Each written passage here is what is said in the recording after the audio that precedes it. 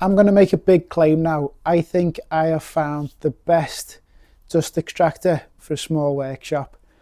Now, I bought this one a few years back, and don't get me wrong, it's been good. It's quite powerful, good capacity. It just takes up too much space in this small workshop. Now, my workshop, it's only 3 meters wide by 12 meters long, which to some people it's tiny, to some people it might be quite big, but I've filled it with machines. So I've got my chop saw there, I've got my spindle moulder there, my router table, I've got my small router table there, which I need to do something about the dust extraction on there. Got my table saw, got numerous power tools hooked up to a trend shop vac, which I quite like that though, because it's got the auto stop start feature, so when you start the power tool it starts the motor on the hoover going, which is very convenient, especially when you're sanding or using the track saw. Then I've got little sanders, got the lathe, which sometimes I'll use dust extraction with it. Then on the other side of the workshop I've got a mortar set and a pillar drill, which needs some kind of dust extraction because recent project I had a lot of dust coming off that. And then there's the planer thicknesser. Now I need to upgrade this. I've got this space here, so I want to get decent sized planer thicknesser, which will need better dust extraction for it. Then I've got the Axminster bandsaw, the Axminster edge sander, little bobbin sander under there, and the Clark bandsaw there. All these machines that I've got, and I keep adding to them and swapping them, buying new ones, they all need good dust extraction. So I was doing a bit of research into it. I've watched numerous videos. Could have used this and created a new system myself. I could have got a cyclone system, could have paid a fortune for a cyclone system. I haven't really got the budget for that. Or then I seen a video by Rag and Bone Brown. He'd done his own cyclone system, but the amount of time and effort he put into that for the results just weren't really worth it. Then I seen a video by Single Handedly Made. He bought this extractor and he used it. He showed the video setting it up, which I'll leave in the links below. So he's had this extractor now for a good few months, and I asked him how it was performing, and he said it was performing brilliantly. So I thought, you know what, I'll take a punt, I'll sell this, I'll buy the new one and see how we go. Now I've had the new one now for about 2 months now, and I've used it a lot. I do a lot of woodworking in here. I use MDF and I use solid wood, hardwoods and softwoods, and it's performed brilliantly with all of them. So what is it, I hear you asking? Well, let me show you. So this is the Record Power Camvac CGV 486-6. I paid for this with my own money. It was £999. It came with a free wheel kit. At the time, I don't think that's available anymore, so the wheel kit's about 70, 80 quid, something like that. And you can get the optional accessories of, see, these outlets come off, and you can get like vacuum pipes to come off here to make it a little bit quieter. Them pipes are about 30 quid each. So as I said, I've been using this now for about 2 months and it's performed brilliantly. Don't get me wrong, no extractor's perfect. You still get a bit of dust coming off the table saw, a little bit left in the planer thicknesser, but all in all, it's been a great upgrade. Now, this thing's great when the filter's clear, it performs really well, but this outperforms that, and you know, as you can see, it takes up a lot less space, which is really important in a small workshop like this. You know, I've got a lot of machines in here. I need to save floor space. Now, it's a really great machine. There are a lot of plus points with it, but since using it, I have found a few negative drawbacks, but I'm still glad I upgraded it. Now, I'll go through the good and the bad now. So the first thing I want to say is, because it's a small workshop, smaller footprint, I'm going to save some space. And when I upgrade my planer thicknesser, I'll have a big area here where I want to be playing in 8-foot long timbers, and with that getting away, with this I can go straight past it.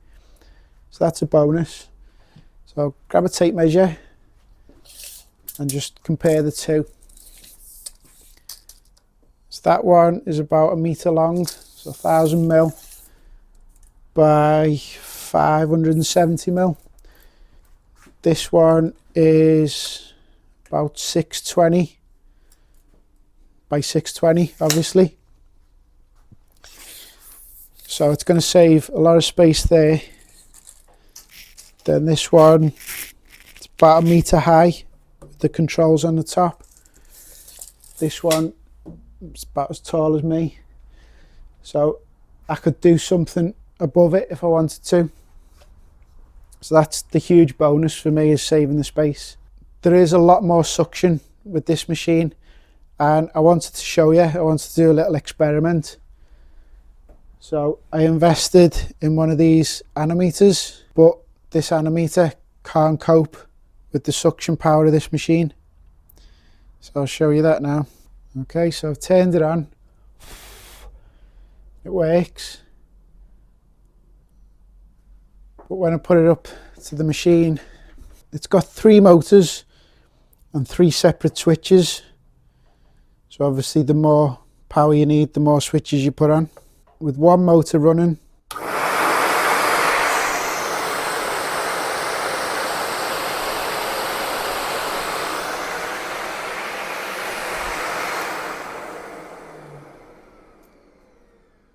so with one motor running, it's about 10 meters per second.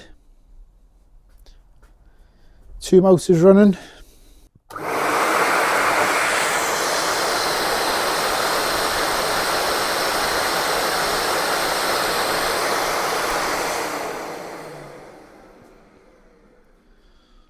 two motors running, 41.4 meters per second. Now watch what happens with 3 motors on.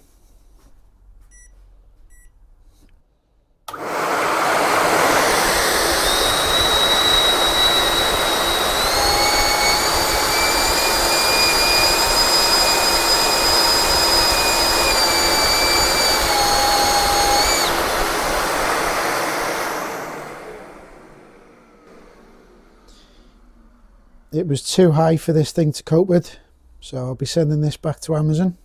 So as I showed you there, it's got 3 different motors. So if you're using a small power tool, 1 motor.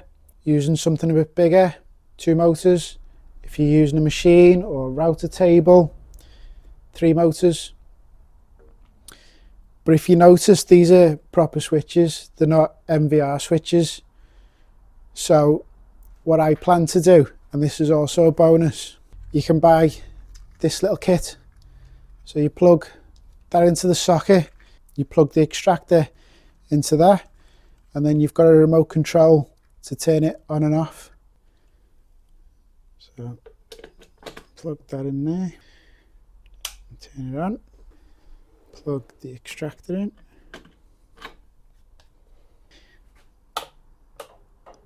turn all 3 on, remote control.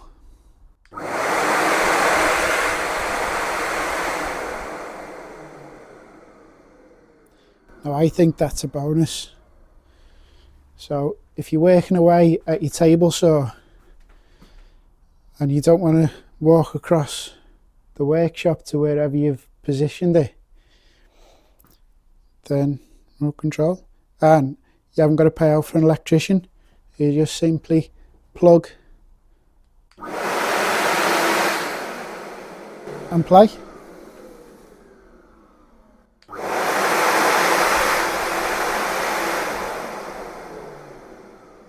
Fantastic. Now I think that is a great solution, but if you can tell me differently, let me know in the comments below if it'll damage the motor or not good practice or whatever. But I thought that's a great solution without having to get an electrician in. The extractor did come with 2 meters of flexible hose, which isn't the best quality, but at least it came with some. Get you up and running if you're a newbie. This isn't the cheapest machine out there. It's certainly not the most expensive either. But when I started out, I bought this little Fox extractor with a cloth bag, which the small dust will get through cloth bags. This machine, by the way, filters it down to 0.5 microns, which, you know, it's really good, better than most other systems out there. So I had the little Fox one and it was okay. It's do the job just about. Then someone gave me this Rexon extractor, so I had the two going on different machines. That again was about the same power and output as the other one, but it had the bag, which was easier to change and empty. So then I upgraded to this. So you say buy cheap, buy twice, but in my case I bought 4 times. I wish I'd have bought this from the get-go. So if you can, save up, buy this, and you'll probably never need another extractor again. This will do all your machines with a 4-inch outlet, plus it'll do all your power tools. So it'll work as a shop vac and as a dust extractor as well. So it's like having 2 machines in one basically. This machine has got a 200 litre capacity in this drum, which, looking at it, is probably roughly the same capacity as that bag down there, maybe even slightly more.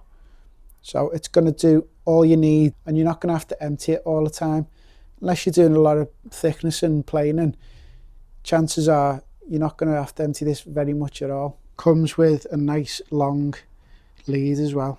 And for those of you who are saying that, you know, cyclones are the best and they separate and whatever, well, if you look at the pipe in this, it goes around the outside of the machine, so it actually creates its own cyclone and dumps the waste at the bottom of the barrel.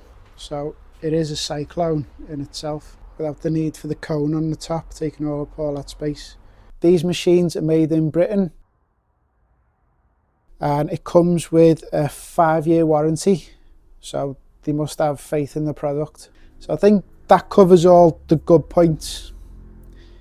Now for the not so good points. These machines are very noisy.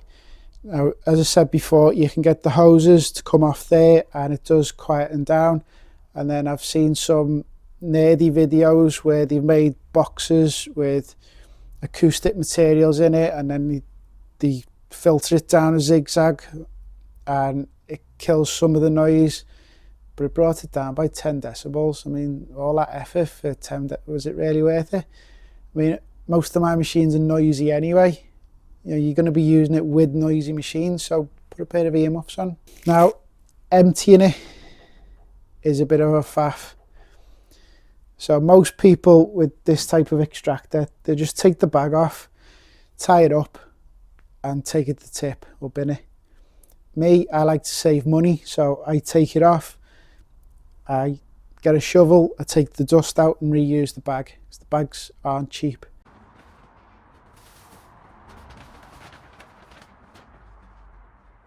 Now this, you've got to unclip the lid off there, take the lid off with the motor in it, which, no, it's not the best design. It's not the worst design either. So you take that off, and then you've got to put this somewhere. So putting it down all the time may damage the filters. But as you can see, I've been using this for about 2 months and these filters are absolutely spotless. No dust on them at all.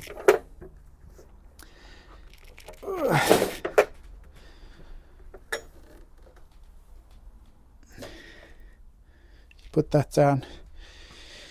Then you take this cloth bag off. Better to do it outside because a bit of dust will come off, and put a respirator on.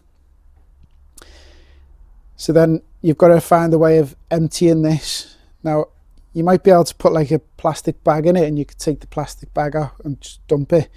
But I think that'd be too heavy to lift. Because of the wheel kit, it'd be easy to take outside. But since I was shoveling the dust out of that and putting it in bin bags and getting rid of it that way, it's probably just the same as doing it with this, if not easier, because I won't catch the bag and split the bag and have to put tape on it. So it is a bit of a faff to empty it if you're used to just taking the bag off and binning it, but it's the same for me. So it's a negative, but not so much. Another negative is you can't actually tell when this thing's full. So you will probably lose suction, so you'll know to empty it. But I think there should be some kind of warning to say it's full. You know, a little light to say it's full, or I don't know. That's a little niggle. Obviously with the clear bags you can see exactly when they're full. It is a very manoeuvrable machine. It's only small with the wheel kit. You know, you can take it anywhere. You can take it from machine to machine if you haven't got much hose. Whereas that's a bit bulky. Even though it's on casters, it's a bit bulky to move around the workshop. So putting it together was a piece of, yeah, you know. So I filmed a bit of it. I'll show you now, but I wasn't going to do a full instructional video because, you know, if you're buying something like this, you should be able to put it together. But it'd be good to see the filters and how they go on and whatever.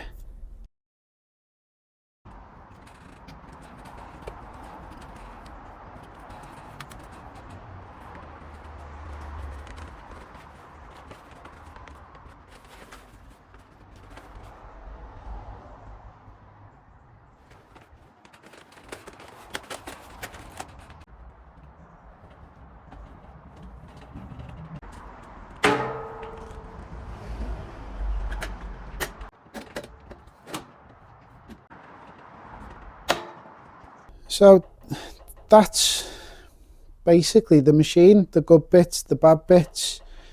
If you want the geeky bits, then I'll tell you what they are. It's got 3 1 kilowatt motors. It's got a 3-stage filtration system, which is spot on. It'll filter down to 0.5 microns, which I'm told is really good. It's got a 100mm inlet for your big machines, and you can scale it down to your vacuum hoses for your smaller machines or your power tools.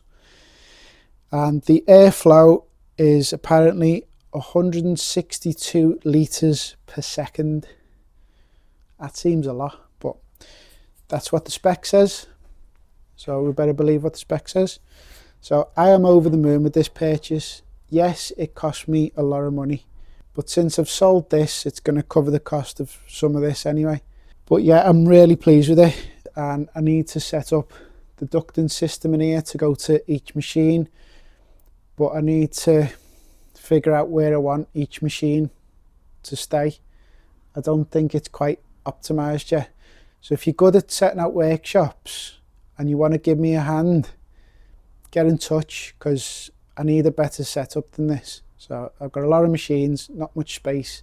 So get in touch if you want to help me out. All that's left to say is thank you for watching. If you enjoyed the video, please hit the like button. If you haven't already, please subscribe to the channel, and I'll see you next time.